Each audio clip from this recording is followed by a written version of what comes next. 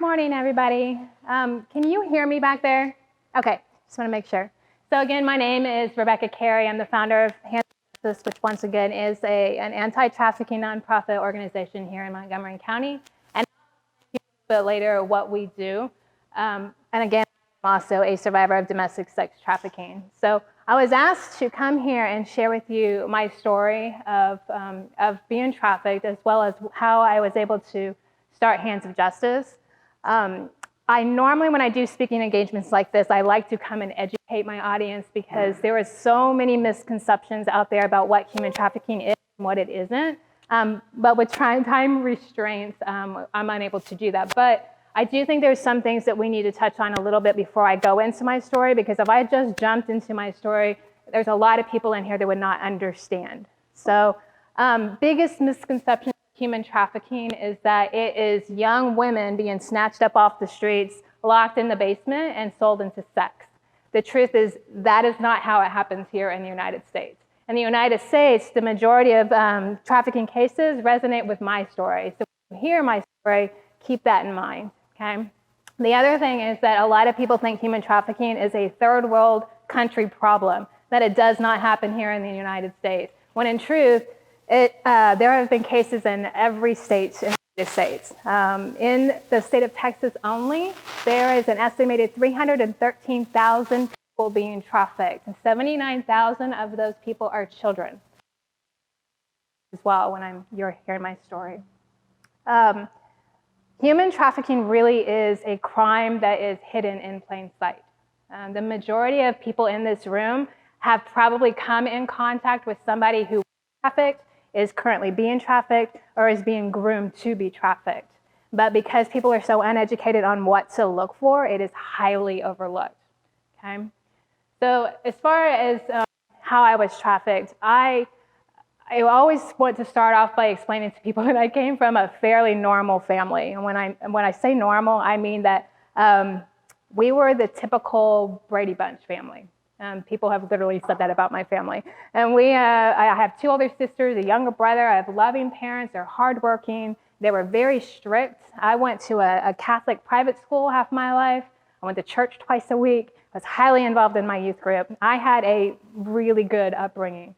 But when I was 15 years old, I went to a party that I was not supposed to be at, and I was sexually assaulted that was 10 years older than me.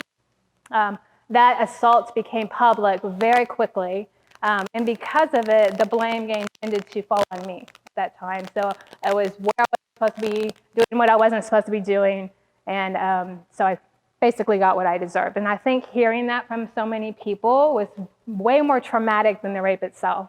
So I tended to, about 15 years old, started acting out. And it wasn't a gradual act out. It was like overnight, if this is what you think of me, I'm going to be a monster and I'm going to show you what I really am.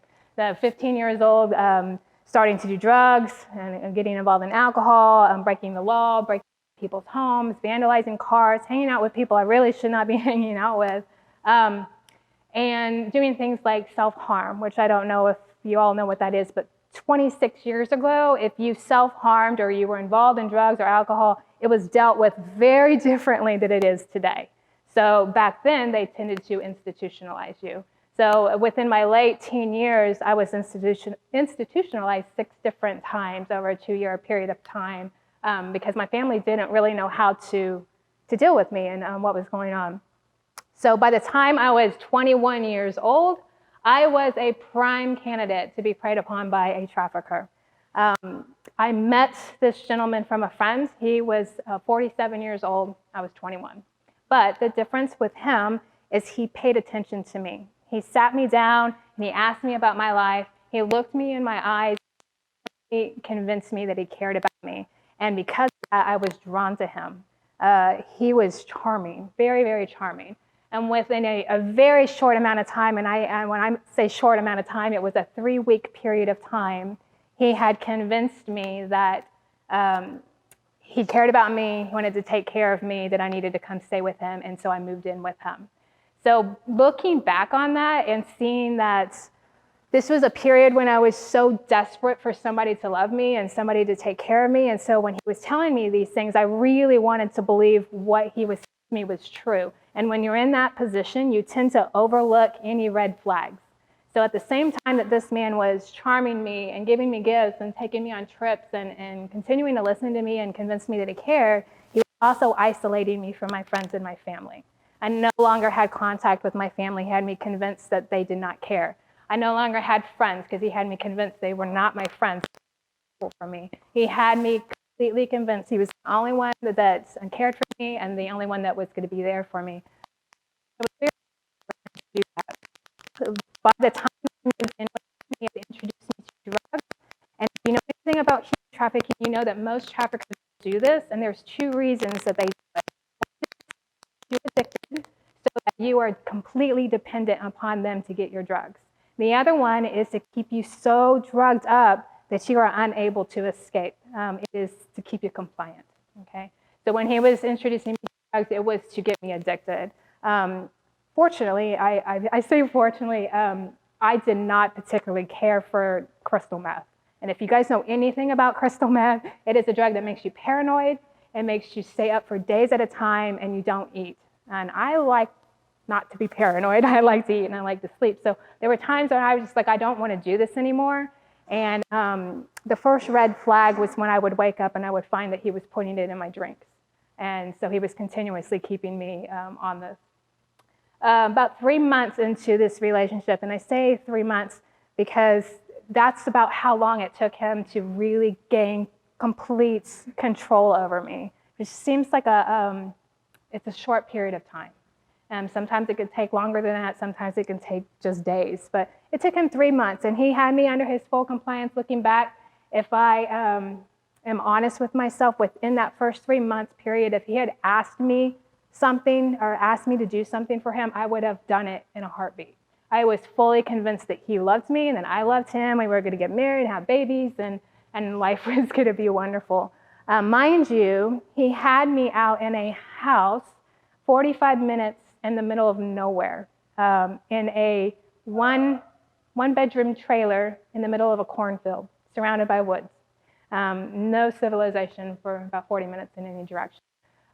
So I was content with that in the beginning. About 3 months into that relationship, there was a knock on the door, and I answered it. I was there alone. A young lady was there with me, or walked in, asked me if I knew who she was, and I said I didn't. And she told me that she was his wife, and she had a 2-year-old daughter with her, and that child was his daughter. She said she knew all about me. She said she knew about girls before me, and that she would know about the girls that are going to come after me. And she told me at that point that if I was smart, that I would pack my bags and get as far away from him as possible because he wasn't the man that he said he was. Looking back, again, if there was one point in my story where I had wished I had left, that would have been the moment. He came home, they had word she left. He sat me down and said, yes, they were married. They had been separated for a year, that they were getting a divorce, and that she was a scorned lover, and so that she would show up at places and convince girlfriends or friends that he wasn't who he was. I didn't have any reason to believe other than what he told me. However, it was like a switch was pulled after that night, that event, that particular event. And every survivor that I work with has a moment where they can recall when that switch has been pulled, when the trafficker goes from being nice to being a different person, a monster. So he started introducing rules into our relationship, and that meant I was not allowed to leave the house unless it was with him. And when I was with him, I was not allowed to speak to anybody, and I certainly wasn't allowed to make eye contact. Basically, I was to act like I was just a dumb person, and that he would answer everything for me. Very rarely take me anywhere. So punishments, if I didn't listen to his rules, were starvation for days. He would beat me. He would threaten my life. I don't know how many times I've had a gun held to my head, but the biggest one for me is that he threatened my family's life. He said that if I didn't do what he wanted me to do, that he was going to find my brother and take him out. My brother was my world at that time. So I believed him. The biggest threat also is he told me that he would take me out in the woods, tie me to a tree, and leave me for the coyotes. And when you're out in the middle of nowhere in Indiana, you hear the coyotes all around you all night. So it was a very big threat to me at that time. So after he started doing this, it didn't take him very long to convince me that he was a monster and that he was going to follow through on these things. So he started taking me to these places in the hometown that I grew up in I never knew existed. They were underground, illegal gaming facilities, I guess. So literally a security guard outside watching a door, you give them a passcode, you go down, there's gaming, and there's rooms in the back for the poker and the blackjack. He had a very bad gambling problem, so he would go there and he literally would have me stand next to him as he's playing, and I mean for hours, either running up a debt or running out of money, whichever came first, and then he would sell me to the nearest bidder so that he could continue on with his drug and gambling. The first time he sold me, it was to two gentlemen that took me in a back room off of that gaming facility. From there, it progressed to taking me to hotels and then dropping me off sometimes at the John's house themselves, which is sometimes unheard of, but in a small town, I guess it wasn't. So this went on for about 2.5 years. So at the end of that 2.5 years, I found that I weighed less than 93 pounds. I was practically mute. I didn't speak to anybody. I hadn't spoken to many people over that time frame. But I also had the awareness to know that if I did not get out of that situation, I was not going to last another year. I knew that. I have been asked many, many times, why did you not try to leave? Because I owned a car. So people are like, why would you not have jumped in your car and run as fast?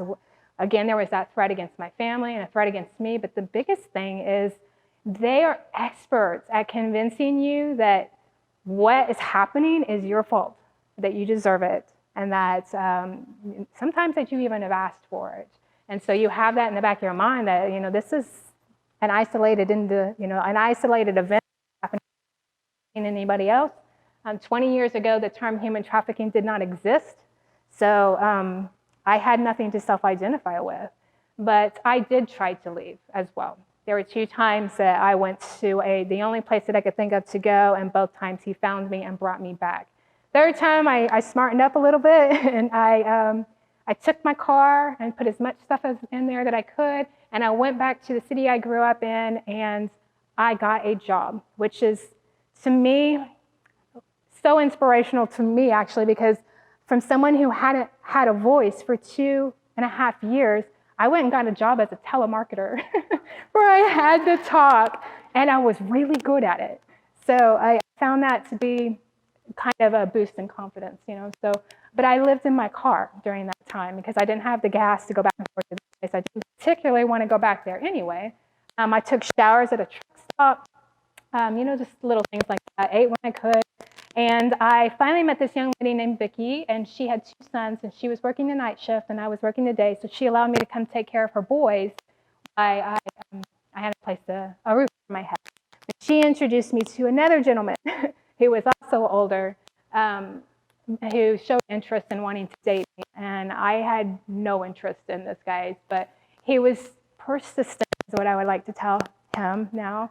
And he and I had lunch one day, and I told him enough of what was going on, not so much where he knew that I was being trafficked, but he knew that I needed help. And he immediately was like, I do not want to pursue you anymore, not in a bad way, but I think we need to get you help.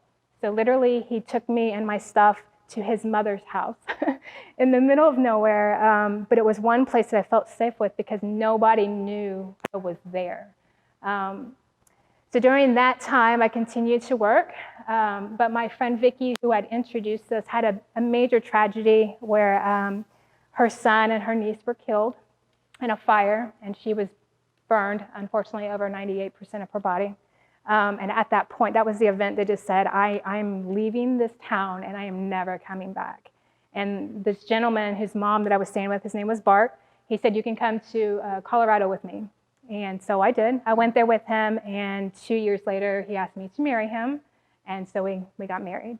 So at this point, most people were thinking, well, you're away from your abuser, you're away from your abuse, life's going to go back to normal, right? Well, there is no normal after that, none. Again, the terms human trafficking were not prevalent back then. So I I turned heavily to drinking. I also back to self-harming.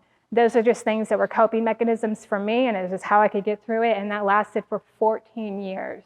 But in the meantime, as I'm doing all of that, I did get married. I did move to Texas. I got a legitimate job for the first time other than the telemarketing, and I returned to college. And it was actually sitting in one of those college classes that I heard the term human trafficking for the first time. Now, remember, I had to get up out of that class because I had a panic attack in the bathroom, because I knew, if I was honest with myself, that what they were describing was my life. And so I went home that night and I researched human trafficking, and I was appalled. This is 5 years ago, by the way. I was appalled at what I heard. That millions, and I mean millions, when I say millions, it's 40.8 million men, women, and children that are being trafficked in the world, okay? I was just horrified that this was happening to so many people and that nobody was talking about it. So for the next year, I was just angry. Angry at God, angry at myself, angry at my family and my friends, and angry that nobody was out there saying anything. And I think at the end of that year, I was like, well, why are you so angry at everybody else? You could be out there doing exactly what you're mad about. Nobody's doing. So I got back online. I knew that I needed to get help at that point, rather than, because I couldn't help anybody if I didn't have my stuff together. So I enrolled in a 30-day rehab program and stopped drinking. And I came home thinking, what can I do? Started researching areas in human trafficking in the Houston area and what was missing. And I found Thrive Rescue in Pattaya, Thailand. It is a school that deals specifically to train you to work in human trafficking. And so I went there for 5 weeks. The big thing for me was that they only accepted 50 in the world. And I was never thinking that I was going to get accepted, but I did. And I raised the money in a record amount of time to go over there. So to me, it was a God thing to be able to go there. But it was also one of the hardest things I have ever done. When I was there, not only was I immersing myself in a culture I knew nothing about, but I was immersing myself back in the very world that I had been running from for so long. I worked with kids as young as 7 years old that were being trafficked on the street. I knew of a 2-year-old that was in the hospital for reconstructive surgery because of the trafficking that she had endured. We met with women in the bars, some of them as old as 60, that literally were allowing themselves to be prostituted so that their children did not have to end up where they're at. I mean, the stories that I heard were horrific, but so inspiring to know that there is hope on the other side of it. So at the end of that 5 weeks, I fully believed I was going to be coming back to Texas and going back to school and getting my counseling degree and going and working with victims that way. But at the end of that 5 weeks, I realized that's not where God wanted me to be. I was going to bring back to Texas everything that I learned and open up Hands of Justice. So 3 months later, we were official. We had our 501c3 within 3 months, which is actually unheard of. In fact, some people even questioned it, but it was legit. It was just issued to us very quickly. So we felt like from this point on, Hands of Justice was just meant to be. So what Hands of Justice is again, it looks very different today than it did just 4 years ago. So 4 years ago, we opened specifically with teenagers in mind. We wanted to educate teenagers and then send them out into the schools to educate their peers, because teenagers are more likely to listen to a teenager rather than a 40-year-old woman that's going up there and telling them to stay off the internet. So it was easy to do that. But again, teenagers are also teenagers, so they have their own stuff going on. So we decided to look at what is missing again in the human trafficking nonprofit arena. And basically, it turns out it's education and restoration beyond like safe homes and things like that. You got to understand that the majority of human trafficking survivors do not go into programs. They are out there doing life on their own. And I look back on my schooling, and it is one of the biggest accomplishments I have ever had is when I graduated with my degree, and that was in 2018. But it took me 8 very long years to do that. I wish that there had been a program that would have helped survivors transition more into schooling or jobs or something like that, but also to give us a safe place where we could come together and mentor each other and just do life together, encourage each other on the other side of things. So with a lot of work, we have created a program that does just that. So a couple things that we do specifically, we give out scholarships to survivors to go get a GED, because a lot of these women and men have not gotten a GED. And it costs money to get a GED, plus a lot of them need tutoring and they need study material, and all that costs about $400. So we do a lot of GEDs. We give a lot of scholarships for certifications and to go back to college. At the same time that we're doing that, we have support groups. So in January of this next year, we will be opening 4 support groups to the public. I have been doing private support groups within Redeem Ministries, which is a safe home here, Hills to Halos, which is in Houston, and then I have an online support group of 97 victims from all over the world.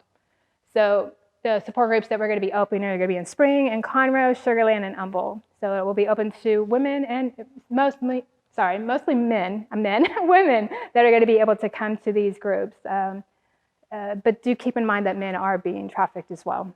I read a statistic today that the men being trafficked is up to 40% of all cases. So if you ever think that men are not being trafficked, that is a huge misconception.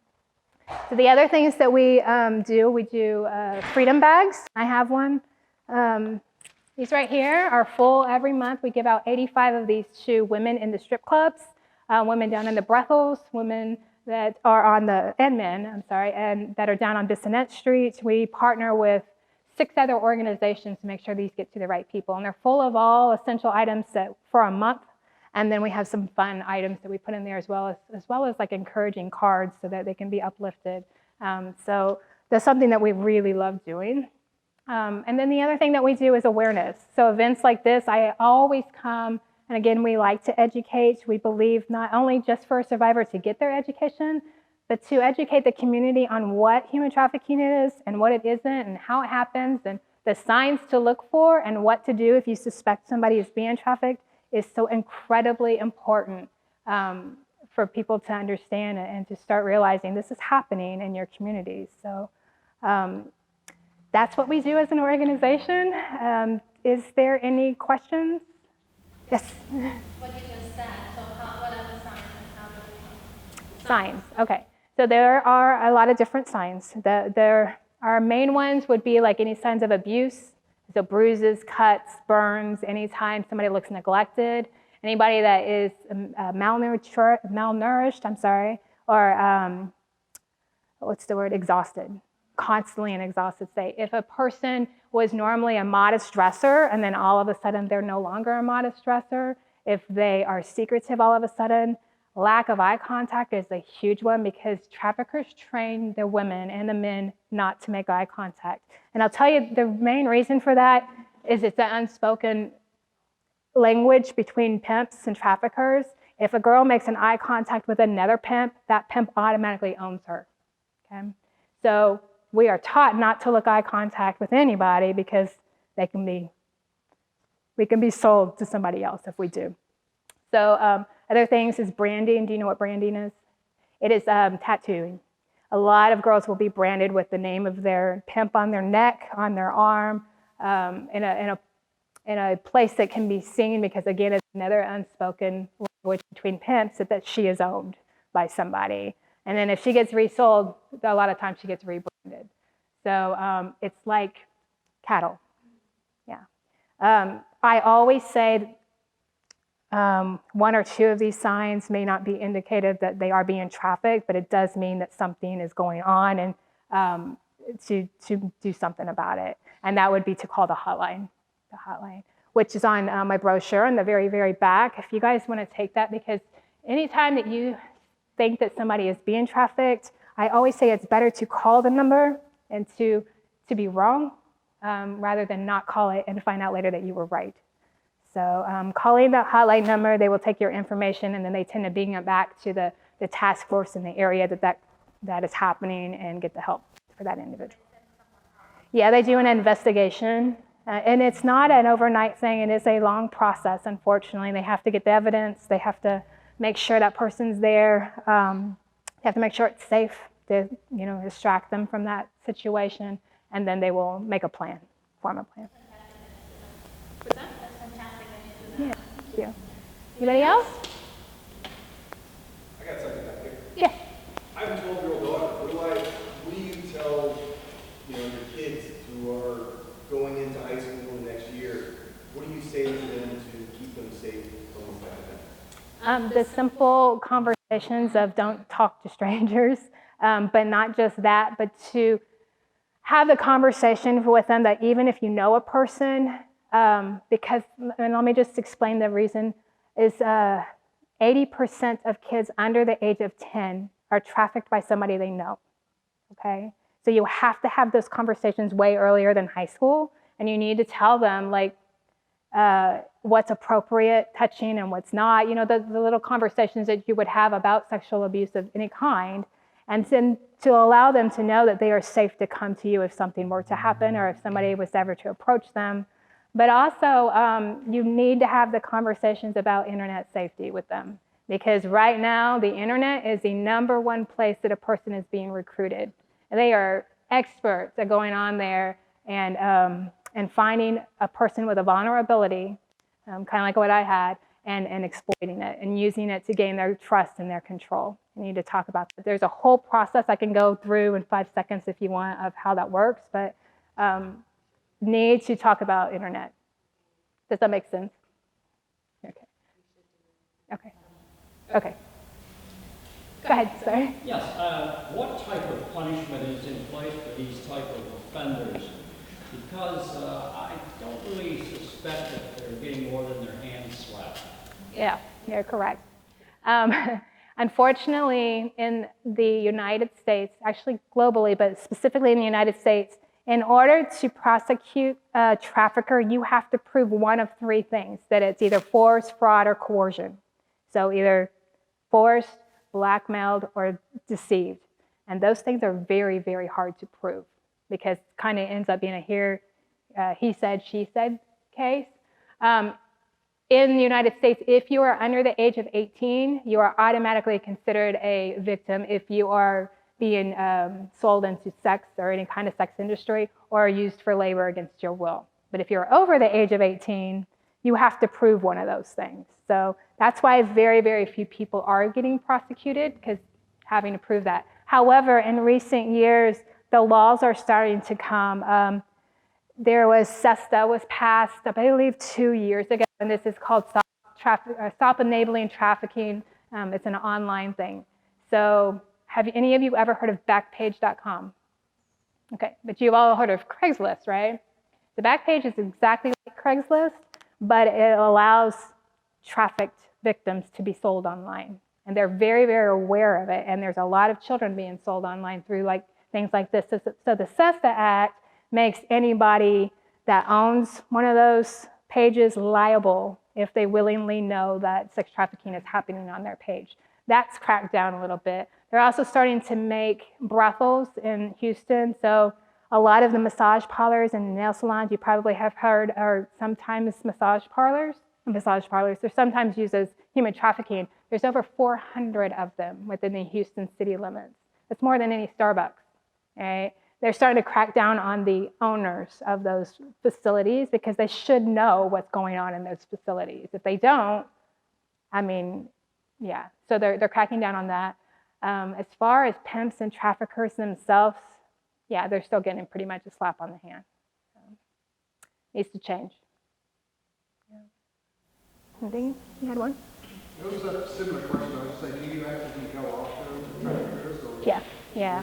They're trying. I can tell you Montgomery County is amazing. Montgomery County is one county that the rest of Texas is trying to model after, because their coalition is just full of the most amazing people and organizations that are out there fighting it. The task force in Montgomery County and in Houston are really, really doing a great job. Unfortunately, there's like 4 of them on that task force. They can't even hit the tip of the iceberg when it comes to what's happening. The city of Houston is considered a huge hub for trafficking. So it's just so daunting, the problem. It's a very big one. Yeah. The gentleman that asked about what to talk about kids, would you briefly go over the apps and the phones? Yeah. So the grooming process on the phone works like this. There is a process. Normally a trafficker or a pimp will use somebody else to do this job for them, and they're called recruiters. Most of the time recruiters are teenagers that have been recruited by a trafficker to go and find another victim for them, all right? So they get online and they will befriend about 100 people at a time because they know that like 1 or 2 people are going to accept that friend request. And then they immediately hone in on those 1 or 2 people. The first thing they do is they get on their profiles and they go through everything on their profile, their pictures, where they go to school, who their friends are, who their parents are, what their parents do. If they have a pet, they're getting information. And then the next thing is they will chat them up. And they will chat them up as simple as, oh, I see that you have a German Shepherd. I love German Shepherds. Let's talk. And they will start a conversation with them. And then the grooming process starts. So basically, they will start isolating them from their friends and family and putting lies into their head and manipulating them and controlling them to the point that once they are compliant and they know it, then they start asking for favors. And favors can be as simple as send me a picture, an inappropriate picture of yourself, or tell me where your mom works. Give me your phone number so I can call you at home instead of being online with you. And most of the time, it's not very hard to get this information from somebody who's seeking validation from somebody else. Once they are able to get things like that for them, then they will ask you to meet them in person. And 1 or 2 things will happen. The person will say, yes, I'll meet you. And this can happen within 30 minutes of first talking to a trafficker up to days. So it just depends on the person. But there have been many cases where the kids have been lured out of their house within 30 minutes of talking to a trafficker. First thing would happen is either they get immediately sold into traffic, or they are continued to be groomed like I was, and then transitioned into trafficking. If they refuse to meet with them, then they have blackmail, which would be like the pictures, the nude pictures that they were sent to them. And they will do things like, if you don't do what I'm asking you to do, come and meet me. I'm going to plaster this all over your school. I'm going to send it all to your parents' home. They're going to know how much of a trouble kid you are, and life's going to be over. For a young kid, and they're normally preying upon 12 and 14 and 15-year-old kids, that's like the end of life to hear something like that. So immediately, most of them will go and meet with their trafficker at that point. That is how quickly a grooming online happens. And that's happening every day, especially in 2020. There's been an influx of cases because of kids being online all the time now. So, yes? Some people on Zoom were just asking if they can make donations to the bags on the website. Yes. Or if you need materials, anything in regards to the bags that can happen on your Yes. website. So we have an Amazon wish list. It's over here in this frame. You can actually just take a picture or scan it, and it will take you immediately to our Amazon wish list. We can't take anything that's not on that list because then we get inundated with items we cannot use. So we have a specific list. We are always looking for people to have drives or donate items specifically. It doesn't have to be bought off of Amazon. It just needs to be an item like what's on there. The bags normally cost us about $20 each to make, and again, we do $85 a month. So if you want to just go on to Hands of Justice, I can tell you our biggest need right now is not really for the bags, but more for we need sponsors for our survivors that are going back to school. Right now, we have 9 applications on hold for the spring semester that we cannot fill because funding is so low. So that means the big difference between a survivor getting back into a school setting and into a support group versus, again, being told no, that there is no hope. So if you would like to help with that, you can just, again, go on to handsofjustice.org, and you can donate on there, and that would make a big difference to us.